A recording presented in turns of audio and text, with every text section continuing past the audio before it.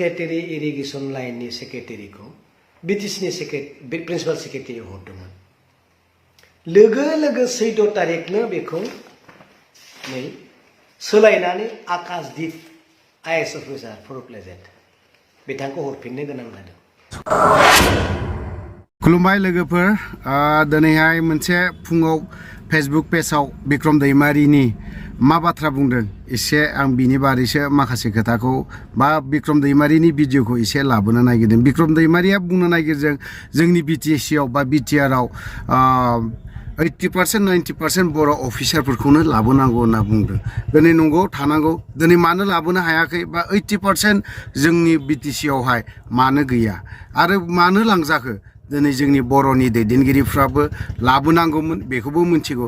मानो थाखाय लांजाफिनखो दिनै बेखौबो मिथिगौ। दिनै लाबोनो हायि आरो जर जबस्ति खालामनो हायि ना गोरा खालामनो हायि बिनि बारै बिथां बिक्रम दैमारिया मा फोरमायदों फै जों दान्दिसे खोनासंनानै लानि। गिबियावनो आङो नोंथांमोनखौ आंनि गोसो गोरबोनिफ्राय हामबाय होनदों, जाय बिथांमोना आंनि नोजोराव दं आरो आं नोंथांमोननि नोजोराव दं। दिनै आं नोंथांमोननि गेजेराव फैफिननो गोनां जानायनि कारना बेनो, थांनाय बावैसो सिगां आं बेफोरबायदि खोथानि थाखाय नोंथांमोननि गेजेराव बुंदोंमोन जे जोंनि बिटिसि सेक्रेटारियेटआव बा जोंनि काउन्सिलाव बर' अफिसारफ्रा मानो खम, बर' एसएस अफिसारा मानो मेक्सिमाम जानो हायाखै। बर्तमान बे गभर्नमेन्टआव आं बेखौसो सोंलु सोंगासिनो दङ। नैबे लेखाखौ आङो मैया मोनदों। बे लेखाया जाहैबाय फेयारवेल प्रग्राम। सोरनि? Most senior officer SS officer sir Shri Naren Chandra Basumatary बिथाङा बिटिसि सेक्रेटारियेटआव गोबां डिपार्टमेन्टखौ लानानै सेक्रेटारि जानानै दङमोन आरो गोबां खामानियाव दायित्व लानानै बिथाङा मावगासिनो दङमोन। नाथाय खोथाया बेसो, सासेनि उनाव सासे बर' अफिसारफोरखौ मानो बिटिसिआ रिलिज खालामगासिनो दङ, बिनि गुबै जाहोना मा आं दिनै हमनो हायाखै। जोंनि बिटिसि सेक्रेटारियेटआव जिहेतु जोंहा बिटिआर मोनबाय, बे बिटिसि सेक्रेटारियेटआव मेक्सिमाम जोंनि बर' अफिसारा बिटिसिनि एडमिनिस्ट्रेसनखौ सालायनायाव बा सामलायनायाव जोंहा मा खहा दं? मेक्सिमाम बर' अफिसार खालामनायाव बिटिसि सेक्रेटारियेटआव जोंहा बर' जाथिया बा काउन्सिला मा खहा दं? निश्चय जेबो खहा जानाय नङा, बेयाव लाबसो जागोन होननानै आं सानदों। जिहेतु बर' अफिसारानो जोंनि काउन्सिलनि दैदेनगिरि जानांगौ आरो न'खरनि समयसाखौ न'खरनि बिगोमायासो मिथिगौ होननाय बायदि काउन्सिलाव मेक्सिमाम जानायखौ जों बयबो लुबैयो, नाथाय जानो मानो हायाखै। मैया मानगोनां नरेन चन्द्र सार बिथांखौ हरबाय आरो बिनि सिगाङाव हरबाय मानगोनां अलिभार दैमारि सार, बिनि सिगाङाव हरबाय प्रानजित औवारि सार।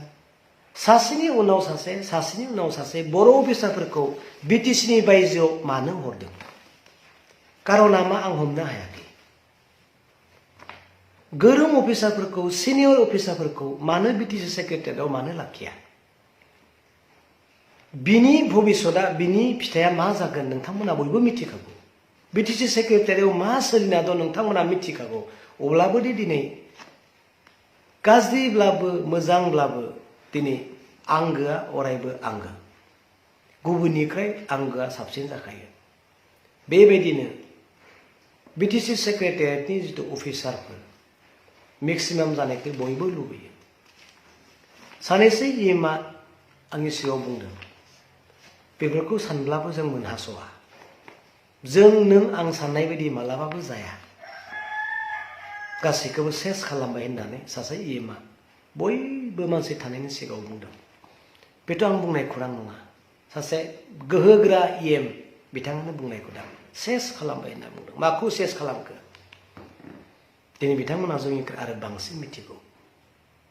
दिनै सिस्टेमखौ, जोंनि जिथु बिटिसिनि सिस्टेम, 6 डिलनि सिस्टेमखौ गुबुना हयथ' मोजाङै मिथिया, जोंनि बर' अफिसारफोरासो मिथिगौ।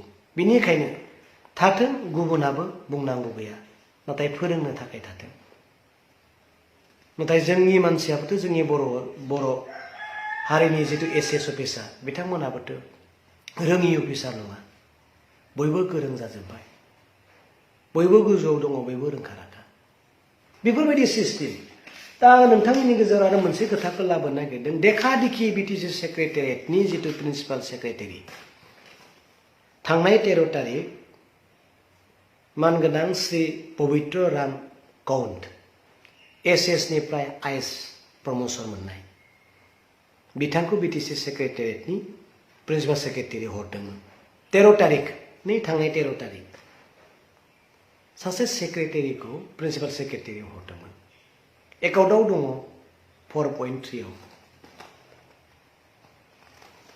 स्टेटनि प्रिन्सिपाल सेक्रेटारियासो बिटिसिनि प्रिन्सिपाल सेक्रेटारि जागोन एकाउन्टआव मा दं थाखानाय मिथिखानायखौ नुनानैबो सासे सेक्रेटारि इरिगेसन लाइननि सेक्रेटारिखौ बिटिसिनि प्रिन्सिपाल सेक्रेटारि हरदोंमोन लोगो लोगो 14 तारिखनो बेखौ नै सोलायनानै आकाशदीप आइएस अफिसार फर प्लेजेन्ट बिथांखौ हरफिननो गोनां जादों मिथिखादों बे एकर्डनि उल्था बेफोरनि सिस्टेम बेफोरनि पुतुला गेलेनायखौ दिनै बयबो मिथिगौ नाथाय मिथियोब्लाबो जों थिगानो दं बुंनायाव बेसेबां सहज नाथाय सिङाव मा जागासिनो दङ बयबो मिथिगौ गोबां डकुमेन्टस दं आं बुंथ'वा सानैसोनि उनाव बुंगोन बुंनांगौ फोरमायनांगौ गोबां दं आं बुंथ'वाखै बुंगोन दिनै आङो नोंथांमोननि गेजेराव बेखौनो बुंबाय मेक्सिमाम बर' अफिसारखौ नोंथांमोना लाबोनो नाजा गुबुनाबो थाथों मानो लाबोनो नांगौ नोंथांमोना मोजाङै मिथिगौ मेक्सिमाम मानो जानो नांगौ नोंथाङा मोजाङै मिथिगौ आरो आं गोबांखौ बुंनो सानाखै आंनि बुंनायफ्राव माबाफोर गोरोन्थि जुदि जायोब्ला नोंथांमोना गावनि साननानैनो आंखौ निमाहा खालामगोन होननानै आं मिजिंथिदों